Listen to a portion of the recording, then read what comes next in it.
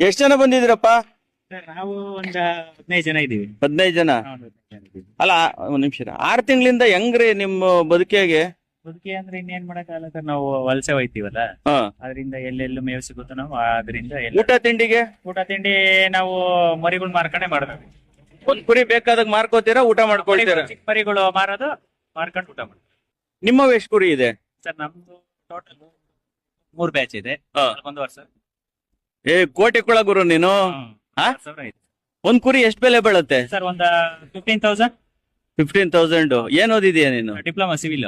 Super, wow. ಹಾ. ಈಗ ಎಷ್ಟ್ ಕುರಿ ಇರೋದ್ ನಿಂದು? 1.5. ಹಾ. ಇಲ್ಲಿ ನಮ್ದು 1,000 ಇದೆ. 1000. 1,000 ಇಂಟು 15,000 ಎಷ್ಟಾಯ್ತು?